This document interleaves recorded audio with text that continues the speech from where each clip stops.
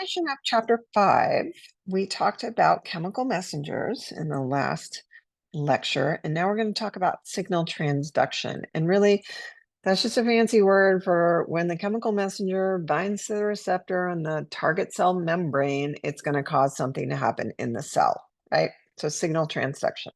It's process of producing a response in the cell membrane. So definition of signal transduction, if you want the definition, is process of producing a response in the target cell. How does that happen?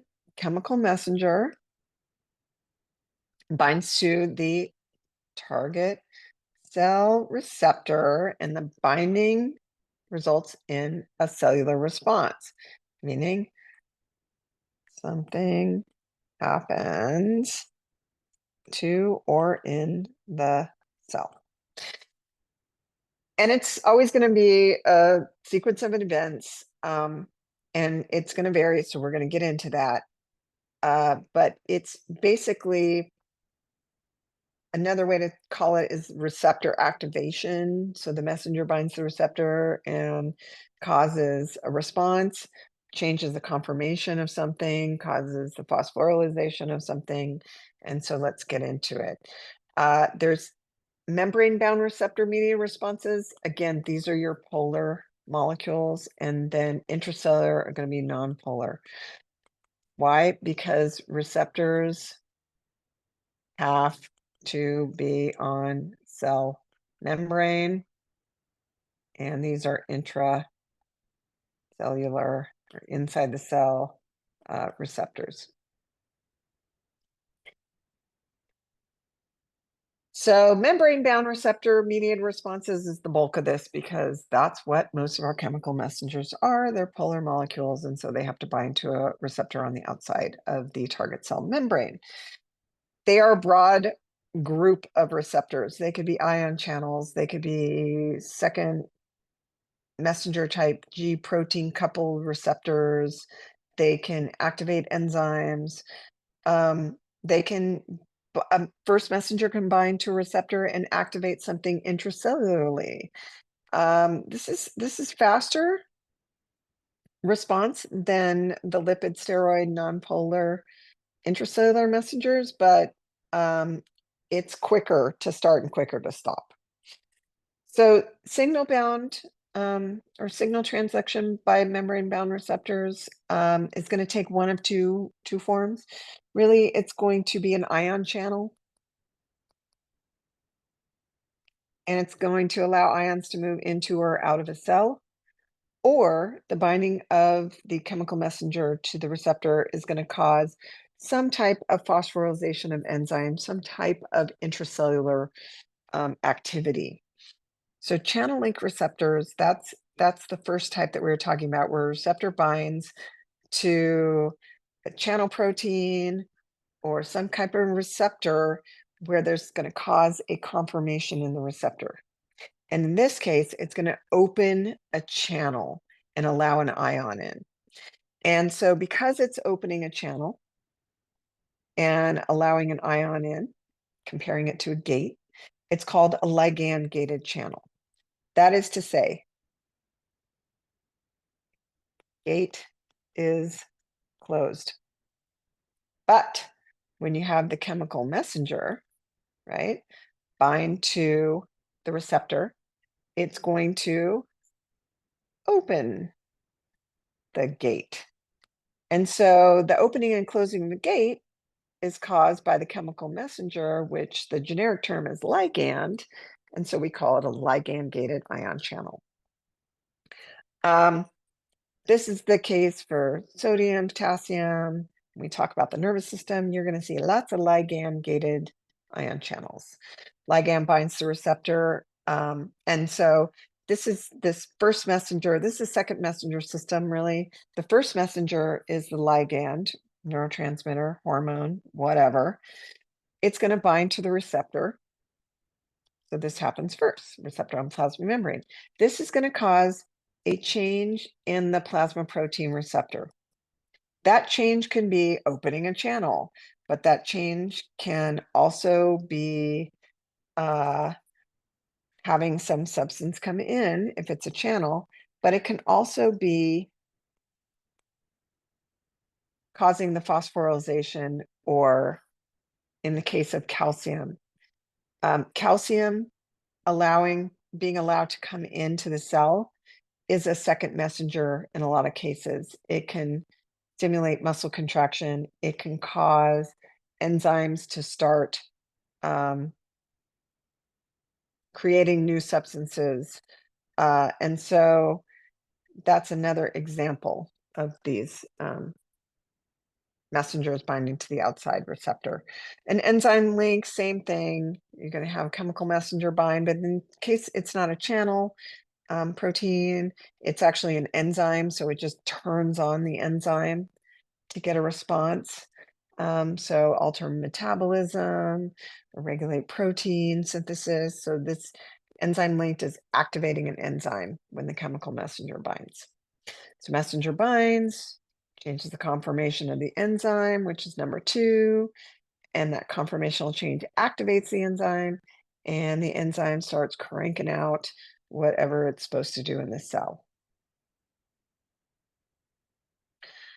Second messenger system is, like I said, you have a first messenger that's on the outside of cell and binds to receptor on cell membrane. So first messenger binds to an outside receptor, and that's going to lead to something being produced inside the cell that's a second messenger. And the reason for this is really signal amplification. So we'll talk about these G proteins. This is the first messenger, chemical messenger. It's binding to the receptor. The receptor is embedded in the target cell membrane. It's going to activate this alpha G protein. That alpha G protein is going to then activate an enzyme, which, with the help of ATP, is going to start cranking out protein kinase A. And so this is another enzyme that's being created. And it'll keep being created as long as one messenger is bound. And so one messenger can create a big response in the cell because it's amplified inside the cell. So types of second messengers: cyclical AMP, this is the most common. There's cyclical GMP. We don't get too much into this at all in this class, but I am explaining what they are so you understand. First messenger binds the receptor on the outside of the target cell membrane, and it's going to activate a G protein. That G protein releases an alpha subunit, which then binds to the enzyme adenylate cyclase. That enzyme now is phosphorylized with ATP, i.e., energy is added, and it starts activating protein kinase A, and protein kinase A will start creating these proteins. And this will keep happening as long as you have ATP, and that all happened on just one chemical messenger. So that is what is referred to as signal amplification. That is a characteristic of second messengers. This is opposed to an ion gated channel where the chemical messenger just opens the ion channel for a minute, and then the minute the chemical messenger falls off, ion channel closes. There's nothing continuously happening. Whereas one chemical messenger, if it activates protein kinase A, you can end up with millions of proteins inside the cell. That's amplified. Second type, intracellular mediated response. These are your nonpolar lipophilic ligand lipid messengers, the cortisols, the thyroid hormones, the testosterone. Those are chemical messengers. That list I just gave you. They can diffuse through the cell membrane because they are nonpolar.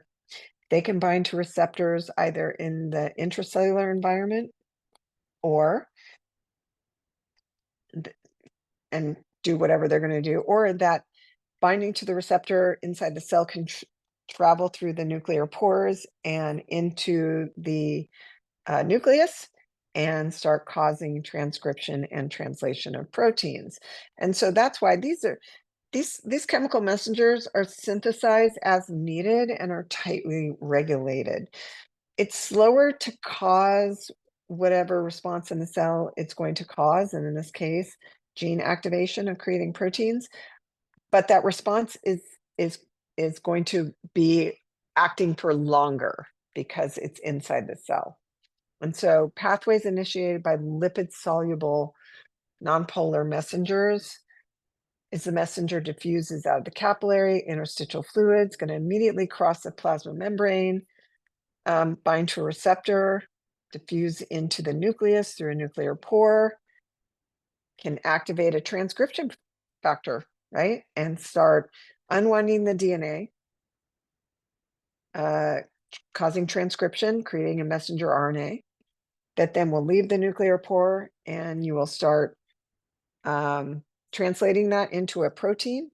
And so you're going to end up with intercellular protein concentrations going up and the rate of protein secretion. So that's kind of a review of transcription and translation of protein, all in the lipid soluble messenger pathway. That's it for now.